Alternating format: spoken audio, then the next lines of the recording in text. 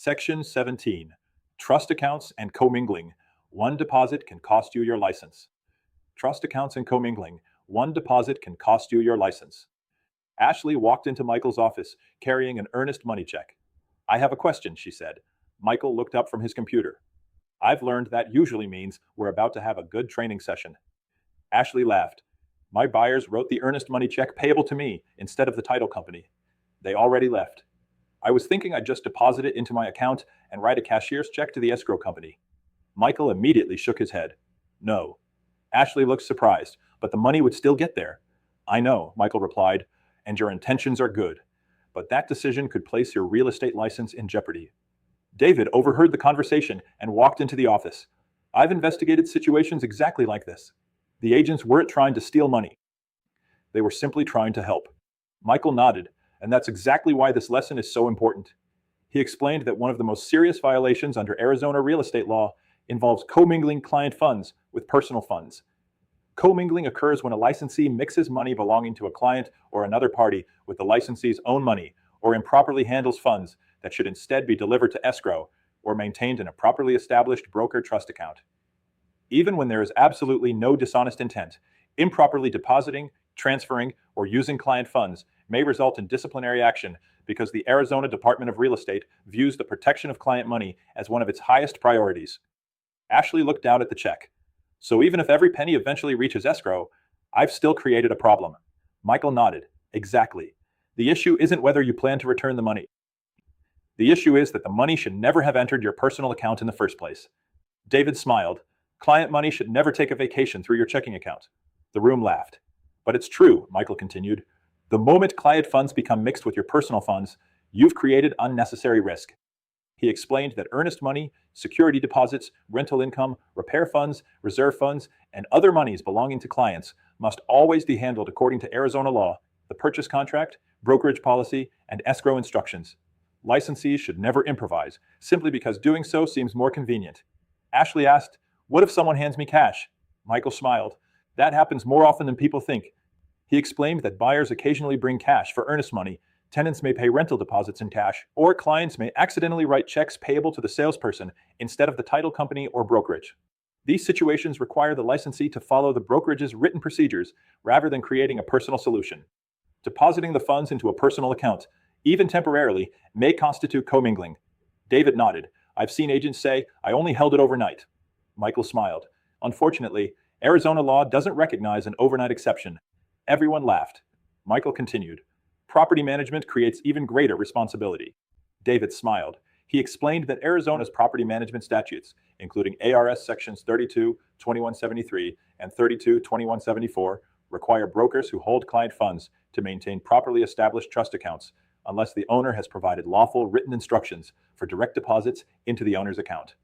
Trust account record keeping, reconciliation, accounting, and supervision are among the most closely examined areas during ADRE audits because mishandling client funds directly impacts the public. Ashley looked curious. "So can I ever have access to a trust account?" Michael replied, "Only as authorized by your designated broker and brokerage policy. The trust account belongs to the brokerage, not the salesperson." He explained that designated brokers are ultimately responsible for establishing and supervising trust accounts.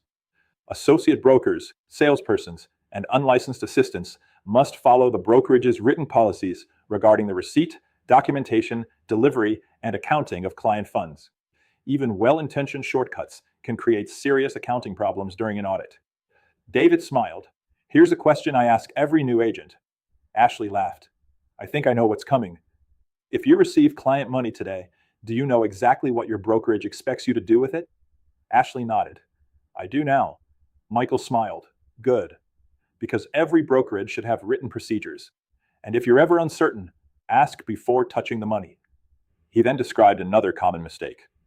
A tenant writes the rent check to the property manager personally. Ashley nodded. "I've seen that happen." Michael explained that although the mistake is usually innocent, depositing the check into a personal account and later reimbursing the owner would still be improper.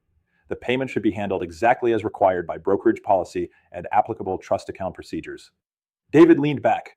"One accounting mistake can create months of explaining." Michael nodded. "And that's before ADRE even begins asking questions." Ashley closed her notebook. So this lesson really isn't about bookkeeping.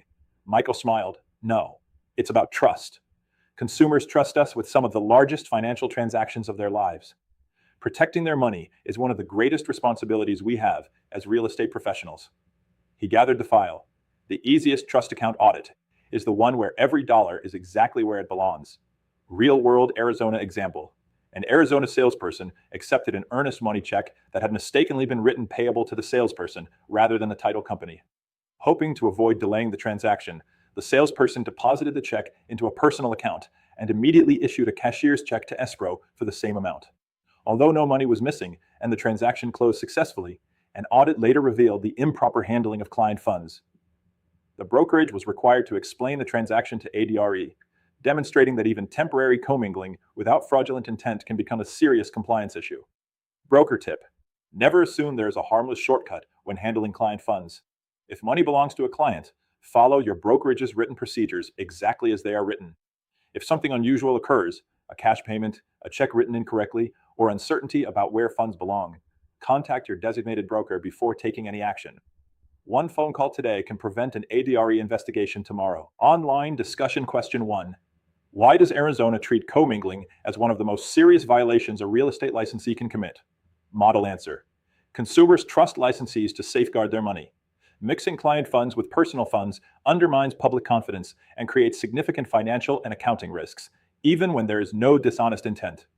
Question 2. Why should licensees never create their own solution when handling earnest money or rental funds? Model answer: brokerage policies and Arizona trust account laws exist to protect client funds. Improvising or taking shortcuts may unintentionally violate trust account requirements and expose both the licensee and brokerage to disciplinary action. Question 3. What daily habits help prevent trust account and commingling violations?